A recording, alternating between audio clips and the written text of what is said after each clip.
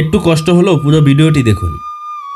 গরিব পরিবারের একটি ছেলের সাথে একই গ্রামের একটি গরিব মেয়ের বিয়ে হয়। ছেলেটার বয়স 21 বছরের মতো আর মেয়েটার তখন 16 বছর। বিয়ের পর ছেলেটা মেয়েটাকে বলল, তোমার কোনো ইচ্ছে আছে? মেয়েটা বলল, আমার ইঞ্জিনিয়ার হওয়ার বড় আশা ছিল।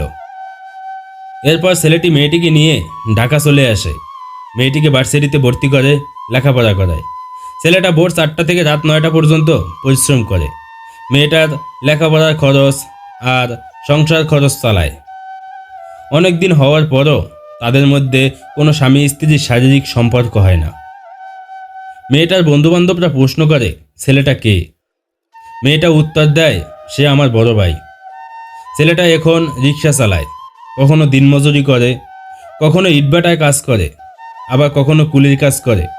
এভাবে মেয়েটার জন্য নিজের কথা না ভেবে তার জন্য টাকা রোজগার করে মেয়েটাকে ইঞ্জিনিয়ার বানানোর জন্য। হঠাৎ পরীক্ষা চলে আসে। মেয়েটার ও ছেলেটার কারো চোখে ঘুম নেই। ছেলেটা রাত দিন মিলে 20 ঘন্টা কাজকর্ম করে। বাকি 4 ঘন্টা সংসারের সব কাজ, রান্নাবান্না থেকে শুরু করে সব কাজ করে। এভাবে মেয়েটার পরীক্ষা শেষ হয়ে গেল। এরপর ছেলেটা একটু কাজ কমায়। পরীক্ষার ফলাফল দিল। মেয়েটি পাশ করলো, ভালো জায়গায় চাকরি পেল, অনেক টাকা পয়সার মালিক হলো, বড় বাড়ি গাড়ি আরও অনেক কিছু হয়ে গেল মেয়েটার। বিভিন্ন জায়গা থেকে মেয়েটার বিয়ের প্রস্তাব দেয়। কেউ জানে না তার বিয়ে হয়েছে কিনা বা স্বামীকে। মেয়েটা বড় বাড়ি লাইটিং করে পার্টি দিয়েছিল, কিন্তু কেউ জানে না কির জন্য পার্টির আয়োজন। সবার একই প্রশ্ন, কিসের পার্টি? সবাই মিলে মেয়েটিকে প্রশ্ন করলো, এই পার্টি কির জন্য বলবেন?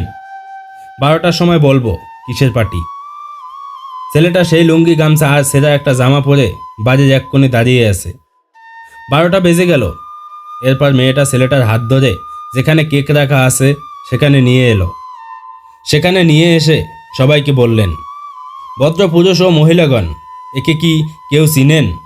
তার মাথার গাম পায়ে ফেলে নিজে খেয়ে না খেয়ে আমাকে লেখাপড়া করিয়েছে।